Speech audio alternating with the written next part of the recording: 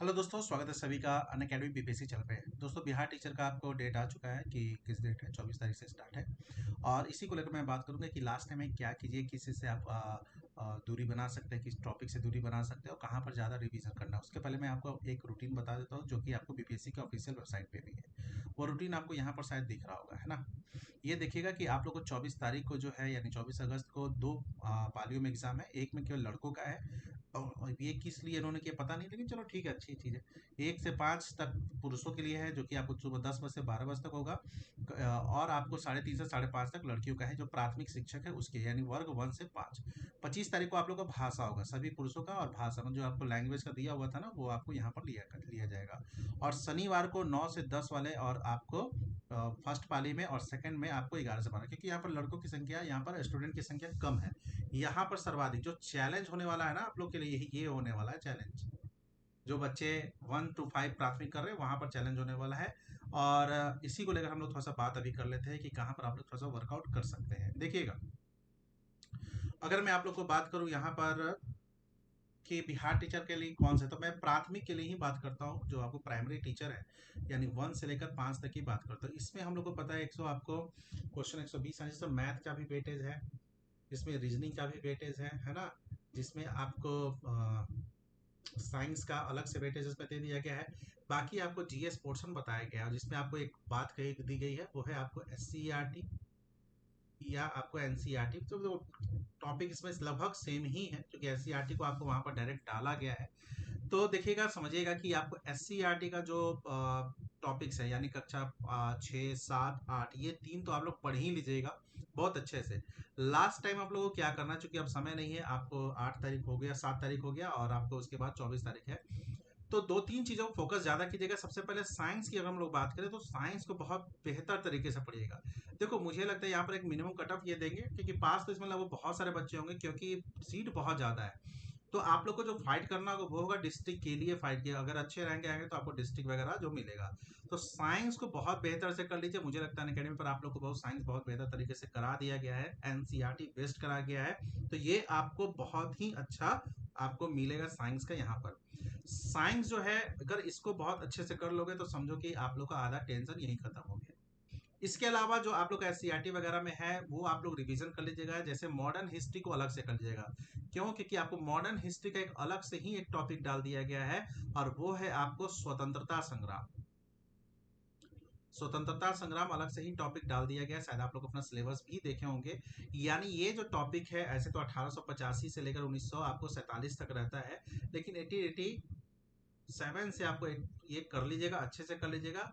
अब एक प्रश्न है कि सर एंशियंट मीडिया को एकदम छोड़ दे क्या? लेकिन देखो, छोड़ो मत, रिवीजन कर लो। आपने पढ़ रखा होगा, आप तैयारी कर रहे हैं, पढ़ रखा, तो उसको एक दो बार रिवीजन कर कुछ आपको नुकसान नहीं होने वाला। और ऐसा भी नहीं है कि बहुत लंबा समय चला जाएगा रिवीजन के लिए, ऐसा नहीं होता है। ठीक है, तो एक काम कर लीजिए, आप लोग इसको रिवीजन कर लीजिए, लेकिन इसको बहुत अच्छे से कर लीजिएगा, क्योंकि ये आपको आगे बीपीएससी में भी काम आने वाला है। क्योंकि मैक्सिमम आप लोगों से मैक्सिमम बच्चे जो हैं, वो बीपीएससी में भी इसकी तैयारी कर रहे हैं, आप लोग कर रहे हैं, और टीचर के भी। तो ये बीपीएससी में भी उतना ही काम आने वाला है 69 में। तो इसको बहुत अच्छे से कीजिएगा। साइंस को बहुत जितना ज्यादा अभी रिवीजन कर लीजिए। और इसके अलावा मैथ रीजनिंग भाई आप लोग बनाइए, मैथ रीजनिंग को स्किप कर कर नहीं जा सकते हैं। अब एक दिमाग में आएगा, सर करेंट अफेयर के लिए क्या पढ़े, है ना। करेंट अफेयर आप लोग के लिए क्या हो जाता है, एक चैलेंज फिर से बन जा रहा है। करेंट अफेयर का देखिए, एक साल तो जनरली करेंट अफेयर पढ़ना चाहिए, लेकिन लास्ट 6 मंथ को बहुत बेहतर तरीके से आप लोग को क्या करना होगा, रिवीजन करना होगा। लास्ट 6 मंथ क्या होगा, बहुत बेहतर तरीके से आप लोग को रिवीजन करना होगा। ठीक है, आप लोग का पढ़ा हुआ। अब मैं उनकी बात नहीं कर रहा हूँ जिन्होंने एकदम तैयारी ही नहीं की थी, मैं उनके लिए वीडियो बना रहा हूँ जो बच्चे तैयारी कर रहे हैं या कर चुके हैं, बस अपने रिवीजन गुड में है।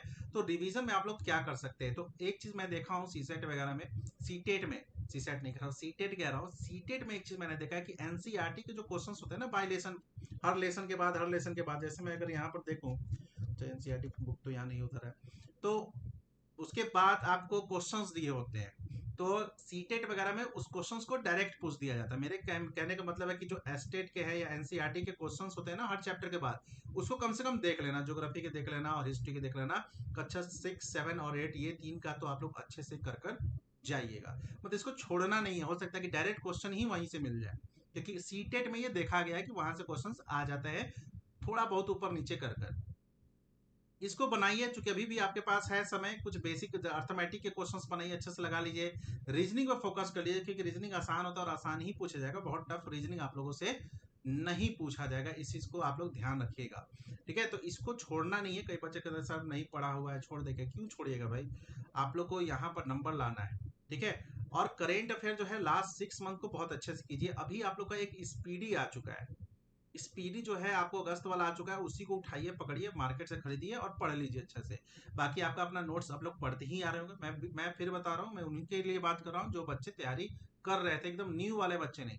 तो स्पीडी को आप लोग बहुत बेहतर तरीके से पढ़ लीजिए, और मार्केट में कोई भी और एक बुक, कई सारे बुक्स आते हैं, प्रतियोगिता दर्पण आता है, क्रॉनिकल आता है, कोई 2 बुक को आप लोग को करेंट पढ़ना होगा, क्योंकि करेंट से क्वेश्चन आपके होंगे। एक बहुत बड़ा प्रश्न आप लोग का है कि सर बिहार स्पेशल पढ़ना है कि नहीं। देखिए, बिहार स्पेशल की जहां तक बात है, तो बिहार स्पेशल कहीं भी मेंशन नहीं है, और आपको प्राइमरी टीचर को बिहार स्पेशल की कोई जरूरत है भी नहीं। आप नहीं कभी जानिएगा कि बिहार स्पेशल आपको आपके स्कूल में पढ़ाने को कभी कहा भी जाएगा, इसलिए बिहार स्पेशल मेंशन भी नहीं है, और बिहार स्पेशल के क्वेश्चंस नहीं पूछने चाहिए अकॉर्डिंग टू मी, मतलब मेरे ख्याल से। लेकिन आप लोग एक ओवरव्यू देख लीजिएगा। ओवरव्यू करने का मतलब है कि बिहार का गठन कब हुआ, इसके पहले मुख्यमंत्री कौन थे, विधान परिषद में कितनी सीटें हैं, विधानसभा में कितनी सीटें हैं, लोकसभा राज्यसभा कितना आरक्षण है, ये जो बेसिक होता है ना, कौन इसका महत्वपूर्ण पर्व है, कौन राजकीय पक्षी है, कौन राजकीय पशु, ये कोई भी बुक लोगे ना, चाहे वो आप इम्तियाज अहमद लो, चाहे वो आप क्राउन ले लो, या कोई भी बुक लोगे ना, तो स्टार्टिंग का वो जो होता है ना, अवलोकन करके ओवरव्यू, उसको देख लीजिएगा। क्योंकि स्पेशल मुझे नहीं लगता कि बिहार स्पेशल के क्वेश्चंस यहाँ से आप लोग को पूछे जाएंगे। क्लियर, तो ये लोग आप लोग जरूर कर लीजिएगा, बिहार स्पेशल का इतना ही क्वेश्चन कर लीजिएगा।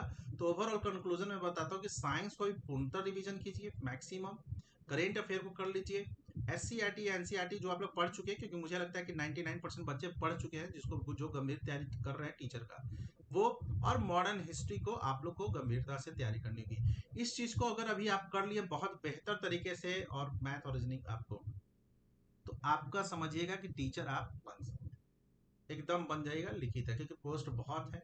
फाइट हो सकता है कि आपको डिस्ट्रिक्ट को लेकर हो सकता है फाइट हो, लेकिन पोस्ट काफी है, और आप लोग बनिएगा, ये वेल आपको गुड विशेष हमारे तरफ से है।